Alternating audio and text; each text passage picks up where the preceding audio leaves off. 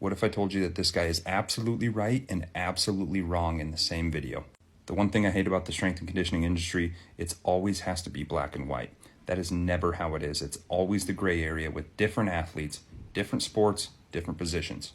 So follow along with me here. There's going to be some jargon here that you may not understand, but you need to follow along so that you can understand the subjectivity and the gray area of strength and conditioning. For this video, I'm going to split up weight training within the four walls of the weight room and sprint work. This next point is going to be the most important point in this entire video. So as it pertains to eccentric loading within the four walls of the weight room, you will never, mark my words, never be able to come close to eccentrically loading the tissues close to competition levels. Never. This can't be disputed. This can't be debunked. This is 100% truth.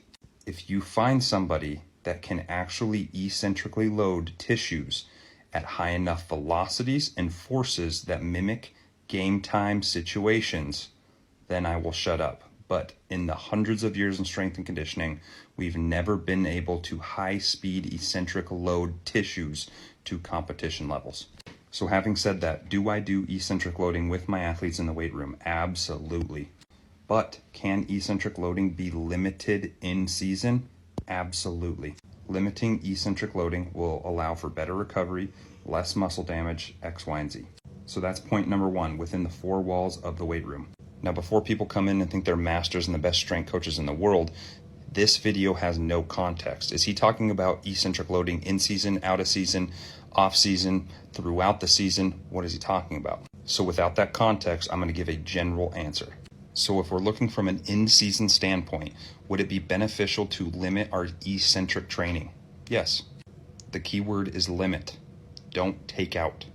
Because now where point one and point two come together is if we can't eccentrically load tissues at the high enough velocity and forces that mimic our competition within the four walls of the weight room, no back squat, no deadlifts, no anything are going to even get close, then how do we eccentrically train tissues effectively to be a better athlete? The answer, sprinting uphill, and backpedaling. This is the only way we have found to match competition level forces and intensities in eccentric loading for our tissues. Don't believe me? Look up the studies. Athletic Republic treadmills have hundreds of data points and multiple studies to show that they can eccentrically load tissues to competition levels. So without context, should you limit eccentric training in season? You could. But to get competition level eccentric loading, you have to sprint.